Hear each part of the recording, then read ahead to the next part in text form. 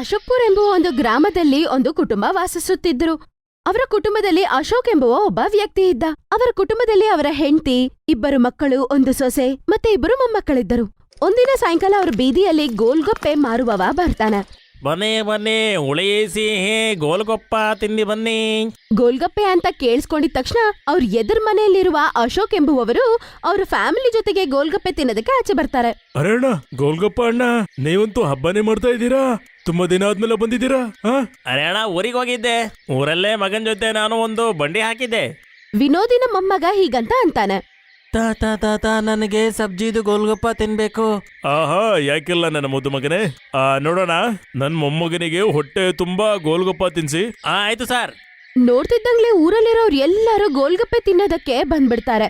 ಆದ್ರೆ ಇನ್ನೊಂದು ಕಡೆ ಅಶೋಕಿನ ಕುಟುಂಬದವರು ಮಾತ್ರ ಆಚೆ ಬಂದ್ ನಿಂತ್ಕೊಂಡು ನೋಡ್ತಾ ಇರ್ತಾರೆ. ಆಗ ಅವರ ಹೆಂಡತಿ ಹೀಗಂತಾರೆ. ಆಹಾ, ಈ ತರಕಾರಿ ಹಾಕಿರುವ ಗೋಲ್ಗಪ್ಪೆ ತಿನ್ಬೇಕಂತ ಆಸೆ ಆಗ್ತಿದೆ. ಹೌದತ್ತೆ, ನನಗ್ ಕೂಡ ಈ ತರಕಾರಿ ಹಾಕಿರುವ ಗೋಲ್ಗಪ್ಪೆ ತಿಂದ್ರೆ ತುಂಬಾ ಚೆನ್ನಾಗಿರತ್ತೆ. ಅಪ್ಪ ನಮಗ್ ಕೂಡ ಗೋಲ್ಗಪ್ಪೆ ಇಸ್ಕೊಡಿ ಅಪ್ಪ.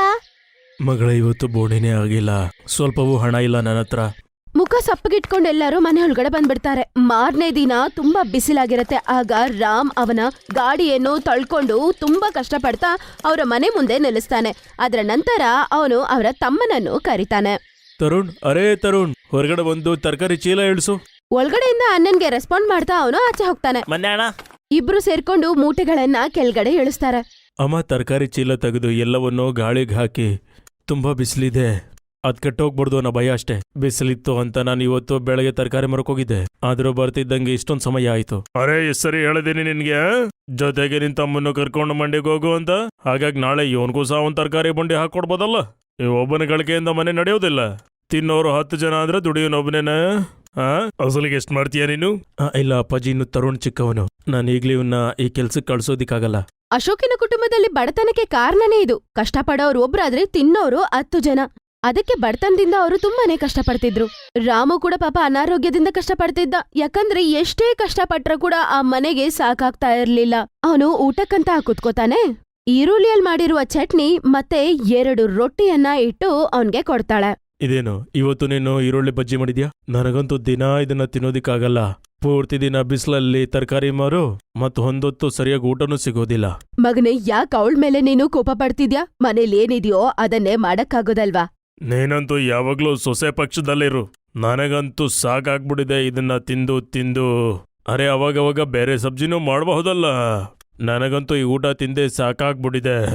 ಅರೆ ವಾ, ಏನ್ ಹೇಳ್ದೆ? ಜೇಬಲ್ ದುಡ್ಡಿಲ್ಲ ಮತ್ತೆ ತಿನ್ನೋದ್ ಮಾತ್ರ ಚೆನ್ನಾಗ್ ತಿನ್ಬೇಕಾ? ಹಂಗಂತಂದಿದ ತಕ್ಷಣ ಕೋಪ ಮಾಡ್ಕೊಂಡು ಅವನು ಅಲ್ಲಿಂದ ಹೊರಡ್ತಾನೆ. ಅರೆ ಭಗವಂತ, ಇವತ್ತು ಯಾವ ಗ್ರಾಹಕರು ಬರ್ತಾನೆ ಇಲ್ವಲ್ಲ? ಏನ್ ವ್ಯಾಪಾರನೇ ಆಗಿಲ್ವಲ್ಲ ಇವತ್ತು? ಅಲ್ಲೇ ಒಬ್ರು ವ್ಯಾಪಾರ ಮಾಡ್ತಿರೋದನ್ನ ಅವನು ನೋಡ್ತಾನೆ. ಈ ಬಂಡಿಯವನು ಅಸ್ಲಿಗೆ ಏನ್ ಮಾಡ್ತಾ ಇದ್ದಾನೆ? ಜನರು ನೋಡಿದ್ರೆ ನೊಣಗಳ ತರ ಮುಸುರ್ಕೊಂಡಿದ್ದಾರೆ. ಅಲ್ಲಿ ವ್ಯಾಪಾರ ಮಾಡುವವ ಎಲ್ಲಾರನ್ನೂ ಬನ್ನಿ ಅಂತ ಕರೀತಾನೆ. ಅರೆ ಅರೆ, ಬನ್ನಿ, ಎಲ್ಲ ತರಕಾರಿ ಗೋಲ್ಗಪ್ಪ ತಿನ್ನಿ ಬನ್ನಿ. ಅರೆ, 10 ರೂಪಾಯಿಗೆ 1, 20 ರೂಪಾಯಿಗೆ 3. ರಾಮ್ ತುಂಬಾ ಶಾಕ್ ಆಗಿ ಮನಸ್ಸಲ್ಲಿ ಈಗಂತ ಯೋಚನೆ ಮಾಡ್ತಾನೆ. ದೇವ್ರೆ, ಈ ಗೋಲ್ಗಪ್ಪವನ್ನು ಚಮತ್ಕಾರನೇ ಮಾಡ್ಬಿಟ್ಟಿದ್ದಾನೆ. 10 ರೂಪಾಯಿಗೊಂದು ತರಕಾರಿ ಗೋಲ್ಗಪ್ಪ ಮಾರ್ತಿದ್ದಾನೆ. ಇವನು ಜನರನ್ನ ಮೂರ್ಖನಾಗಿ ಚೆನ್ನಾಗಿ ಲೂಟಿ ಮಾಡ್ದವನೆ. ಮತ್ ಇನ್ನೊಂದ್ ಬಂಡಿಯಲ್ಲೂ ಕೂಡ ತುಂಬಾ ಜನರಿದ್ದಾರೆ.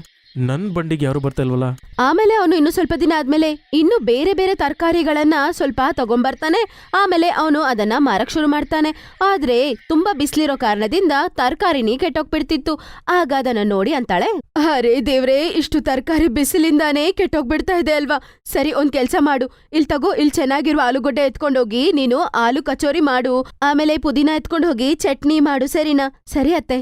ಆಮೇಲೆ ಅವಳು ಕೂಡ ಅವ್ರ ಅತ್ತೆ ಹೇಳ್ದಂಗೆನೆ ಕಚೋರಿ ಮಾಡ್ತಾಳೆ. ಆಮೇಲೆ ಆ ಪುದೀನಾಯಿಂದ ಚಟ್ನಿಯನ್ನು ಮಾಡ್ತಾಳೆ. ಆಗ ಪಕ್ಕದಲ್ಲೇ ಕೂತಿರುವ ಅವರ ಮಗಳು ಒಂದು ಚಿಕ್ಕ ಪೂರಿ ಮಾಡಿ ಅವರ ಅಮ್ಮನ ಕೈಯಲ್ಲಿ ಕೊಡ್ತಾಳೆ. ಅಮ್ಮ, ಇದನ್ನ ಕೂಡ ನೀನ್ ಎಣ್ಣೆಯಲ್ಲಿ ಹಾಕಿ ಕೊಡ್ತೀಯಾ? ನಾನು ತಿಂತೀನಿ. ಸರಿ, ಕೊಡು. ಹಂಗಂತ ಹೇಳಿ ಅವಳಿಗೋಸ್ಕರ ಎಣ್ಣೆಯಲ್ಲಿ ಹಾಕೊಟ್ರೆ ಅದು ಪಾನಿಪೂರಿ ತರ ಹಂಗೆ ಉಬ್ಬಿ ಬರತ್ತೆ. ಆಮೇಲೆ ಅವಳು ಅದನ್ನ ಎತ್ಕೊಂಡು ಅದ್ರೊಳಗಡೆ ಹರಿ ಚಟ್ನಿ ಹಾಕೊಂಡು ನೀರ್ ಹಾಕಿ ತಿಂತಾಳೆ. ಅಮ್ಮ, ಇದು ಗೋಲ್ಗಪ್ಪೆ ತರನೇ ಇದೆ ಗೊತ್ತಾ? ಈ ತರ ಚಟ್ನಿ ಹಾಕೊಂಡ್ ತಿಂದ್ರೆ. ಅವಳ ಮಗಳು ಹಂಗ ಹೇಳಿದ ತಕ್ಷಣ ಅವಳಿಗೊಂದು ಜುಗಾಡ್ ಜ್ಞಾಪಕ ಬರುತ್ತೆ. ರಾಮ್ ಅಂತೂ ತರಕಾರಿ ಮಾರೋದಕ್ಕೆ ಹೋಗ್ಬಿಡ್ತಾನೆ. ಆಮೇಲೆ ಸಾಯಂಕಾಲ ಇವಳು ಮಿಕ್ಸ್ಡ್ ವೆಜ್ಜಸ್, ಹಾಲು ಎಲ್ಲ ಹಾಕಿ ಒಂದು ಪಲ್ಯ ಮಾಡಿ ಜೊತೆಗೆ ಹಿಟ್ಟು ಕೂಡ ಇಸ್ತಾಳೆ.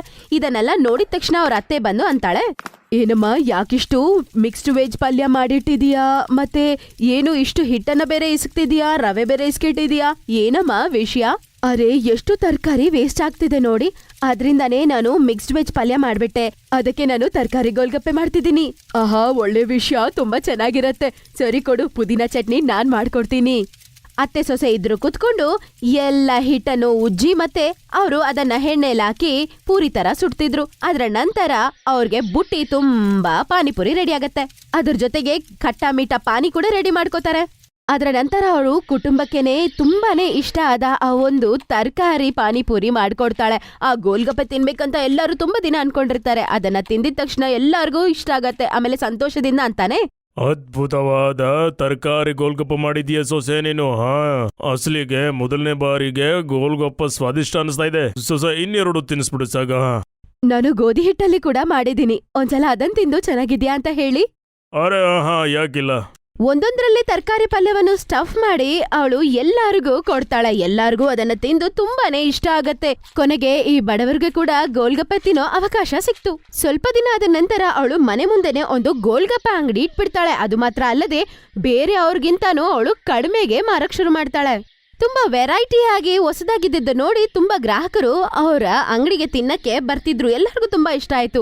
ಅದ್ರ ಜೊತೆಗೆ ಅವರು ತುಂಬಾ ಚೆನ್ನಾಗಿ ಸಂಪಾದನೆ ಮಾಡ್ತಿದ್ರು. ಅವ್ರ ಮನೆ ಪರಿಸ್ಥಿತಿ ಸ್ವಲ್ಪ ಸ್ವಲ್ಪ ಸರಿ ಆಯ್ತು. ಆಮೇಲೆ ಅವರೆಲ್ಲರೂ ತುಂಬಾನೇ ಸಂತೋಷವಾಗಿದ್ರು.